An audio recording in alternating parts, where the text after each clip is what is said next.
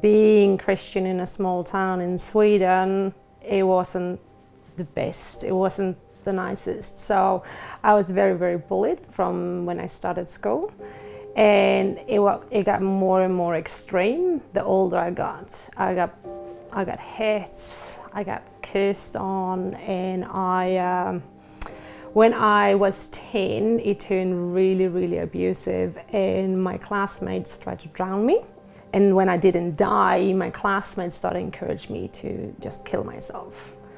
It really, really started to almost brainwash me into believing that I wasn't worth living and I wasn't worth being alive, or why does people don't like me? And then when I was 14, unfortunately my brother, he died. And it was really, really hard. And I wished that I would have taken his place. And I was so angry because I wanted to die, but now I couldn't because I saw what happened to my family in that. I just bundled everything in and I just continued and pressing on and going to school and hating everything. I was just shutting down more and more and more.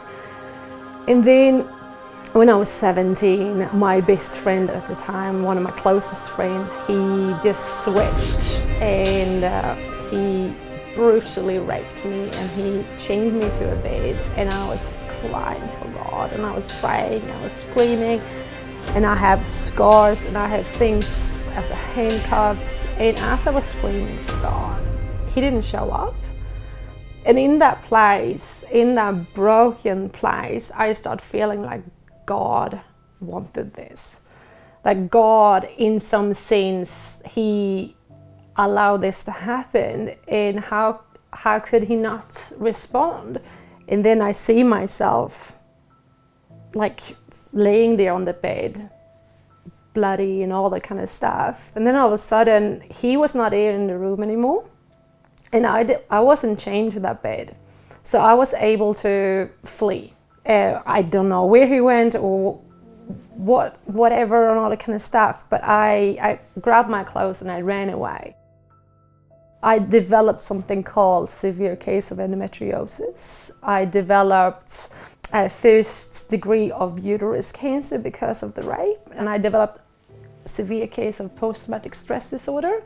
So every night for a number of years, I relived that moment. So what I did, I threw myself in front of a train, and as I was throwing myself, this man that I'd never seen before, that wasn't on the platform, he grabbed my arm and he said, "Johanna, what are you doing?"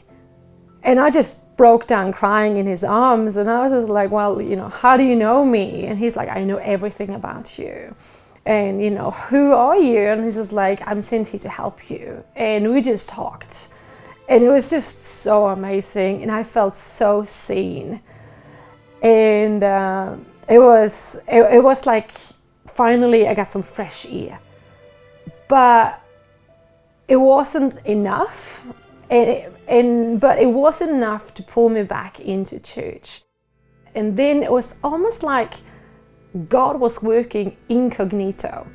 He was working underneath the surface, because all of a sudden I started thinking back on people. I was like, I'm starting to forgive that person.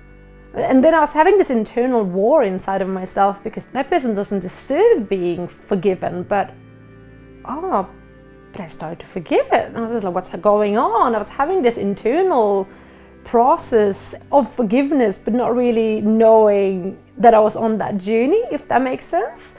So then from nowhere, I said to my mom and dad, I want to go to this conference. And this is a conference where there's 5,000 people that's gathering in this and they're just gathering and enjoying God and worshiping God, and they're having guest speakers from all over the world. The person preaching, he was from Australia, and he stopped kind of like in the end of his message, and he's like, I usually don't do this, but can the person that is angry at God please stand up? I didn't want to stand up. I was holding myself down because I knew if I stood up, something's going to happen, but I didn't want to stand up. I didn't want to be showing to the world that I was angry at God, because I wasn't just angry, I was furious because he allowed all this stuff to happen. And I was like, no, I'm not gonna stand up. And you just start sweating and everything, and then all of a sudden you stand up. I had my eyes closed and I was watching a movie of my life. And every second, every minute I was being mistreated, Jesus was there. He was there, he was holding my hand, and he was comforting me. And when I was crying and screaming out for Jesus, he was there. And he was there, and he was crying, and he was holding me, and he was bringing me comfort, and he broke those chains. He cut those handcuffs, and he set me free that day when I thought that he did not set me free. I realized that I accused God of something that wasn't true, because I accused him, you were not there. I accused him, I said, you were not there. Where were you, God?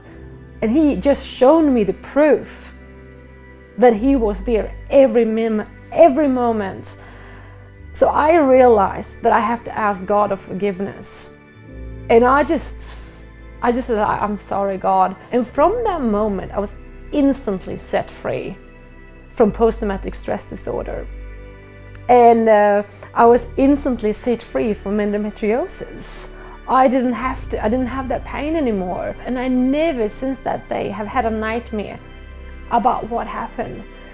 And it's just like sometimes unforgiveness can hold ourselves captive. I was holding myself captive. And that unforgiveness to God and to myself in some senses, when that happened, it just so totally set me free. And it's been a beautiful journey since then to just walk in freedom.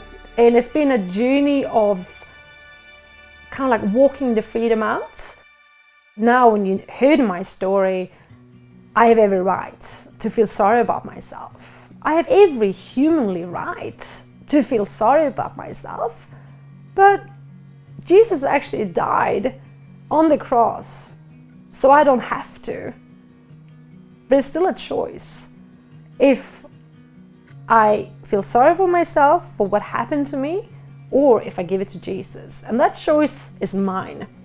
And I daily choose to give it to Jesus, because I don't want to stay in that bondage. I don't want to stay in the place of darkness, because there is hope. Because God is just so good, and what he did for me, he can do for you. And he can totally set you free, because he is constantly healing me. And all the stuff that I've been diagnosed with has been washed away. And that's the healing power of forgiveness and the power of God.